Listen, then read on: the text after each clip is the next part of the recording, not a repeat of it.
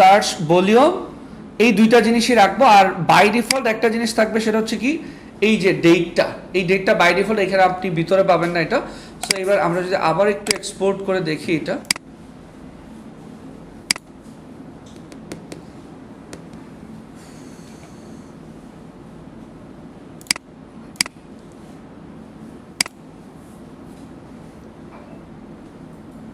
আচ্ছা এইবার আসছে।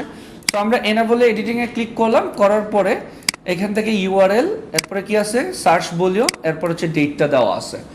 ওকে, দেখতে সুন্দর দেখানোর জন্য আমরা পুরাটা সিলেক্ট করব। সিলেক্ট করার পরে এখানে একটা অপশন আছে দেখেন, নো বর্ডার, আমরা সব বর্ডার উঠাই দিব। তারপরে আবার এখানে দিয়ে দিব কি অল বর্ডার। এইবার আগের থেকে জিনিসটা ভালো লাগতেছে। এরপর আমরা সবটা আবার সিলেক্ট করে বর্ডারের ব্যাকগ্রাউন্ড কালারটা আমরা দিয়ে দিব হচ্ছে হোয়াইট। তাহলে সবগুলো দেখতে কি লাগবে, মানে সুন্দর লাগবে। এর আগে ছিল ব্ল্যাক অ্যান্ড হোয়াইট, এবার ডিরেক্টলি হোয়াইট। ওকে, সো এই হচ্ছে বেসিক্যালি আপনার কিওয়ার্ডস। এই হচ্ছে কি, এটাকে মূলত বলা হয় কিওয়ার্ডের ল্যান্ডিং পেজ। সো আমি একটু লিখে দেখাই, এটা হচ্ছে কি আমাদের কিওয়ার্ডস, এটা কি আমাদের কিওয়ার্ডস। ওকে, এটাকে বলা হয় ল্যান্ডিং পেজ। সবাই একটু লিখে রাখেন ল্যান্ডিং পেজের বিষয়টা। তারপরে যেটা আছে, যেটাকে বলা হয় সার্চ ভলিউম।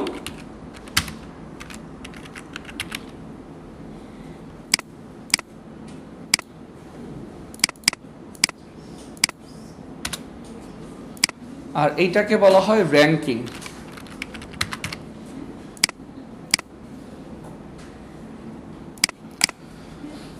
ওকে, সো আমরা জাস্ট একটু খেয়াল করে দেখি। প্রথমে আছে কিওয়ার্ডস, তারপরে হচ্ছে ল্যান্ডিং পেজ, তারপরে হচ্ছে সার্চ ভলিউম, তারপরে আছে কি র্যাঙ্কিং। সো আমি সবগুলো সিলেক্ট করে জাস্ট একটু মাঝে নিয়ে আসি।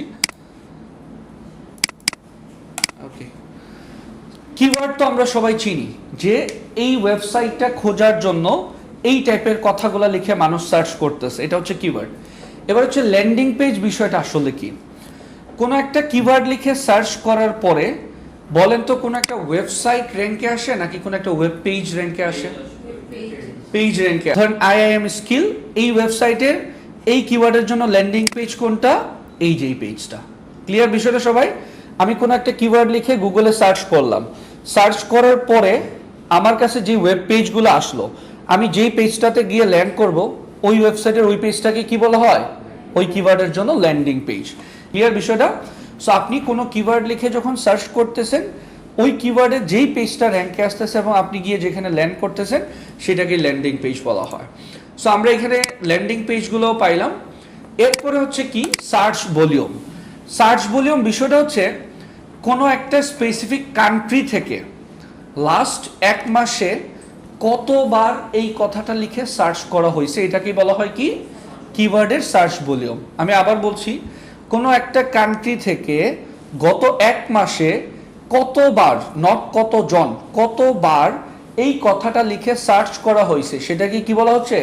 কিওয়ার্ডের সার্চ ভলিউম।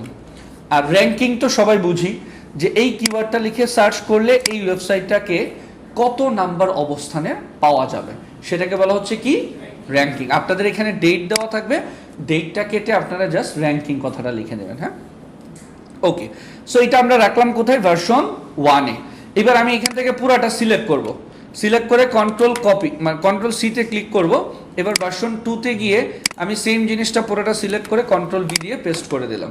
এখন আপনার প্রশ্ন হতে পারে যে ভাই আপনি তো চাইলে একসাথে ফাইনাল এইখানেই রিসার্চ করতে পারতেন। না, আমরা কেন করতেছি না, কোনো একটা ক্লায়েন্টকে আসলে আমরা কিভাবে এই ফাইলটা দেব।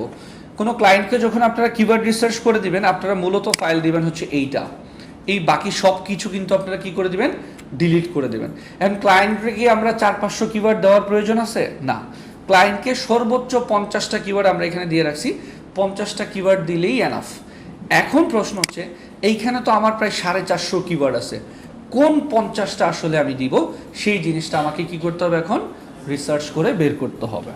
ওকে, সো প্রথম কথা হচ্ছে, আমি যদি বলি এই ওয়েবসাইটটা, ধরেন কেউ লিখলো হচ্ছে ব্যাংকস্টাউন ফ্লোরিস্ট, এই কথাটা লিখে সার্চ করলো, এইটার ল্যান্ডিং পেজ হচ্ছে এইটা, এইটার সার্চ ভলিউম হচ্ছে এইটা, এবং এটার পজিশন কততে আছে? 3-এ। এখন আমি যদি একটু প্রশ্ন করি, আচ্ছা এই কিওয়ার্ডটা আমার ক্লায়েন্টকে দেওয়া উচিত কি উচিত না বলেন তো, কেউ কোনো কথা বলবেন না? এই যে এই কিওয়ার্ডটা আমি মার্ক করে দিই তাহলে বুঝতে পারবেন। এই কিওয়ার্ডটা আমি ক্লায়েন্টকে দিব কি দিব না? না, দিব না। কেন দিব না বলেন তো? কারণ এইটা অলরেডি র্যাঙ্কে আছে। এই কিওয়ার্ড লিখে সার্চ করলে অলরেডি উনি 3 নম্বর অবস্থানে আছে। উনাকে আপনি যদি এসইউর প্রপোজাল পাঠান যে আমি তোমাকে র্যাঙ্ক করাই দেবো, এখানে র্যাঙ্ক করানোর জায়গাটা কোথায় আপনার? সো এই কিওয়ার্ডটাকে আমরা দিব না। সো মাথায় রাখবেন, কোন কিওয়ার্ডের র্যাঙ্কিং যদি টপ 10 এর মধ্যে থাকে ওই কিওয়ার্ডগুলো আপনাকে প্রথমেই ডিলিট করে দিতে হবে। বুঝতে পারছি? যে কিওয়ার্ডগুলোর অবস্থান অলরেডি টপ 10 এ আছে সেগুলোকে কি করে দিতে হবে? ডিলিট। যেমন আমরা যদি এই 4টা কিওয়ার্ডের কথা বলি, একটা দিয়েও উনি আমাকে কাজ করাবে না। আচ্ছা কিছু কিছু কিওয়ার্ডের ক্ষেত্রে আবার এইভাবে হাইফেন পাবেন আপনারা। এইটার মানে হচ্ছে নট ইন টপ 100। এটার মানে কি? নট ইন টপ 100, অর্থাৎ টপ 100-র মধ্যেও আমরা এই কিওয়ার্ডটা নাই, ওনার এই কিওয়ার্ডটা র্যাঙ্কে নাই।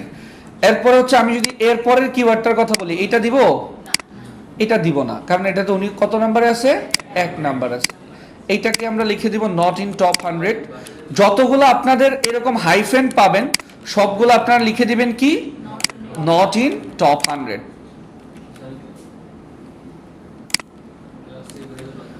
ওকে, সো এইভাবে করে দিলেন। এখন ধরেন আপনার কাছে মনে হয়েছে যে আচ্ছা আমি তো একটা কিওয়ার্ড ডিলিট করে দিছি, বাট আমার মনে হয়েছিল, ধরেন আপনি ভুল করে ডিলিট করে দিয়ে সেভ করে দিয়েছেন। এখন আপনার কাছে মনে হইতেছে আচ্ছা ওই কিওয়ার্ডটা রাখলে ভালো ছিল আমার জন্য। এখন আপনি ওই কিওয়ার্ডটা খুঁজে পাবেন কিভাবে বলেন তো? আপনি কিন্তু সেভ করে দিয়েছেন অলরেডি, সো এটা খুঁজে পাওয়ার কোনো পসিবিলিটিস আছে আপনার কাছে? নাই। কেন নাই? কারণ আপনি এটা অলরেডি, মানে আপনি যখন এক্সেলে কোনো কিছু সেভ করে ফেলবেন, এটা প্রিভিয়াস ভার্সনে যাওয়ার কোনো অপশন আপনার হাতে আর নাই। বাট আমি এই জন্যই কি করছি, অনেকগুলা ফাইল করে রাখছি ভার্সন 1, 2, 3। এখন ধরেন আমার এটা যদি ভার্সন 1 হয়, আমি ভার্সন 2 তে এসে ডিলিট করে দিয়েছি, বাট আমি তো জানি ভার্সন 1 এ অলরেডি আমার সকল কিওয়ার্ড আছে। সো এই জন্য বেসিক্যালি আমরা কি করছি, ভার্সনগুলো করে রাখছি। বাট ক্লায়েন্টকে কি আপনারা ভার্সন 1, 2, 3, 4, 5 দিবেন না? ক্লায়েন্টকে দিবেন কোন ফরম্যাটটা? শুধুমাত্র এই ফাইলটা। ক্লিয়ার সবাই বিষয়টা? ওকে, সো এইবার হচ্ছে ধরেন আমরা কি কি ডিলিট করব এখান থেকে। এক্সাম্পল স্বরূপ যেগুলো অলরেডি টপ 10 এ আছে এগুলো রিমুভ করে দিবেন। আচ্ছা, সার্চ ভলিউম যেন কি বলছি, গত 1 মাসে কোনো একটা স্পেসিফিক কান্ট্রি থেকে, এই কথাটা বলতে হবে। কতজন মানুষ এটা বলি না, আমি বলছি কতবার ওই কিওয়ার্ডটা লিখে সার্চ করা হয়েছে, this is called search volume. Okay, search volume বেশি হইলে ভালো না কম হইলে ভালো? বেশি হইলে ভালো, কারণ যত বেশি সার্চ করবে আবার ওয়েবসাইট যদি র্যাঙ্কে থাকে তত সেল হওয়ার সম্ভাবনা থাকবে, ঠিক না? এখন কিছু কিছু কিওয়ার্ডের সার্চ ভলিউম আপনারা এখানে পাবেন যেগুলোর, বাট ফরচুনেটলি এখানে ম্যাক্সিমামগুলোরই সার্চ ভলিউম আছে। আপনাদের ক্ষেত্রে এরকম হইতে পারে কিছু কিছু সার্চ ভলিউম থাকবে কত? 0। এখন কোন একটা কিওয়ার্ডের সার্চ ভলিউম 0, এটা নিয়ে আমরা কাজ করব কি করব না? করবেন? আচ্ছা, যারা না বলছেন কেন না বলছেন? সার্চ করে না। নাইস। মানে ভেরি নরমালি যদি আমরা চিন্তা করি যে এই কিওয়ার্ডটা লিখে তো ভাই কেউ সার্চই করে না, একটা কোর্স করাবেন সাইবার সিকিউরিটির কোর্স, আপনি আপনার প্রতিষ্ঠানে এটা চালু করলেন। এখন বাংলাদেশ থেকে কেউ cyber security course in Bangladesh লিখে সার্চ করে না, সার্চ বলে হচ্ছে কত? 0। এখন আমি যদি আপনাকে গিয়ে বলি যে ভাই সাইবার সিকিউরিটি লিখে তো কেউ গুগলে সার্চ করে না, আপনি সাইবার সিকিউরিটি বন্ধ করে দেন, আপনি বন্ধ করবেন? বলেন তো, আপনার বিজনেস কি আপনি বন্ধ করে দেবেন সার্চ ভলিউম নাই বলে? না। সো কোনো কিওয়ার্ডের সার্চ ভলিউম 0 হলে কাজ করা যাবে কি যাবে না?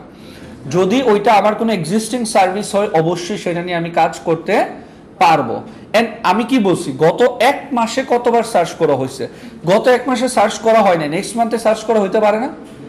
আপনি চিন্তা করবেন এজ এন ইউজার, আপনি কি এই কিওয়ার্ডটা লিখে সার্চ করতেন? যদি আপনার কাছে মনে হয় হ্যাঁ আমি সার্চ করতাম, তার মানে আপনার মতো অনেকেরই এটা লিখে সার্চ করার মানে ইন্টেনশন থাকতে পারে। হয়তো এখন সার্চ করা হয় নাই, বা এই টুলস আপনাকে অ্যাকুরেট ডাটা দেখাইতে পারতেছে না, সো আপনি এই কিওয়ার্ড নিয়েও কাজ করবেন। তবে কিওয়ার্ডটা অবশ্যই মিনিংফুল হইতে হবে, এটা হচ্ছে বিষয়। হ্যাঁ, ওকে। সো এখন তারপরও আপনি যদি কোনো ক্লায়েন্টকে বুঝাইতে যান এই বিষয়টা, সে নাও বুঝতে পারে। ক্লায়েন্টরা অনেক সময় হয় কি, যে কিওয়ার্ডের সার্চ ভলিউম 0 দেখলেই তার মাথা নষ্ট হয়ে যাবে, যে তুমি কি কিওয়ার্ড রিসার্চ করে দিছো, যে এটা লিখে কেউ সার্চই করে না, তাহলে আমি কিওয়ার্ড নিয়ে আসলে কাজ করব কেন? এখন আমি হয়তো আপনাদেরকে বুঝাইতে পারতেছি যে ভাই এটা তোমার একটা এক্সিস্টিং বিজনেস, সো আপনি মানে এখন হয়তো বা মানুষ সার্চ করতেছেন, ইন ফিউচার করবে, অথবা তোমার সার্চ ভলিউম 0 বলে তো তুমি বিজনেস বন্ধ করতে পারবে না, ক্লায়েন্ট এত কিছু নাও শুনতে পারে। এই জন্য আমরা একটা কাজ করি, যদি দেখেন কোনো কিওয়ার্ডের সার্চ ভলিউম 0, এটাকে আমরা 10 অর 20 অর 30 করে দিতে পারি। ক্লিয়ার বিষয়টা? ক্লায়েন্ট এগুলো আসলে কখনো ভেরিফাই করতে যাবে না যে আপনার আদৌ এটা 10 জন বা 10 বার সার্চ হইতেছে কিনা, সো এটা ভেরিফাই করতে যায় না। সো আমরা কত করবো এটা? 10, 20। আর যদি কনভিন্স করে ফেলতে পারেন, মানে তাকে যদি ওই জিনিসটা আপনি বুঝাই ফেলতে পারেন যে এটা 0 থাকলেও কাজ করা যায়, তাহলে তো ভালো। এন্ড কিছু ক্লায়েন্ট আছে যারা বুঝার ট্রাই করবে না, তাদের জন্য আমরা কি করতে পারি, এটা 10, 20 ওর ম্যাক্সিমাম কত করব? 30। এরপর হচ্ছে র্যাঙ্কিং। র্যাঙ্কিং কত হইলে আমরা রাখবো না? 1 থেকে 10-এর মধ্যে যদি থাকে সেই কিওয়ার্ডগুলো আমরা এখানে ডিলিট করে দেব। এখন এইখানে এই যেমন এগুলো আছে 3 পজিশনে আছে, আপনারা ক্লায়েন্টকে আসলে যখন দিবেন প্রথমে এখানে কি থাকবে, আপনার কিওয়ার্ডগুলো থাকবে। এক্সাম্পল স্বরূপ ধরেন আমি এখান থেকে কিছু কিওয়ার্ড নিয়ে আসি, হ্যাঁ, ধরেন আমি জাস্ট এই কিওয়ার্ডগুলো নিয়ে নিলাম।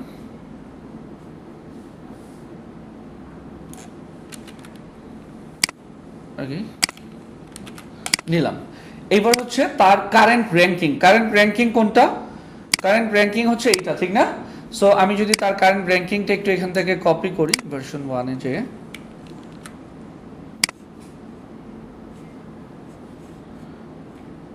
আমি জাস্ট র্যান্ডমলি কপি করতেছি আর কি, হ্যাঁ, আপনারা অবশ্যই অথেন্টিক ফরম্যাটে নেবেন। সো নিয়ে আমরা জাস্ট এখানে কারেন্ট র্যাঙ্কিংটা বসায় দিলাম। এখন একটু খেয়াল করে দেখেন, আপনারা তো অলরেডি ওইখান থেকেই ফাইনালাইজ করে আনবেন যে আপনারা 1 থেকে 10 গুলা বাদ দিয়ে দিয়েছেন। এখন আপনারা দিবেন কোনটা অ্যাকচুয়ালি? দেখেন আমি এখানে 3টা অপশন রাখছি, আমরা ক্লায়েন্টকে সবসময় 3টা অপশন দিই। অপশন 1 ওই যে প্রাইজিং প্যাকেজ আর কি এটাকে বলা হয়,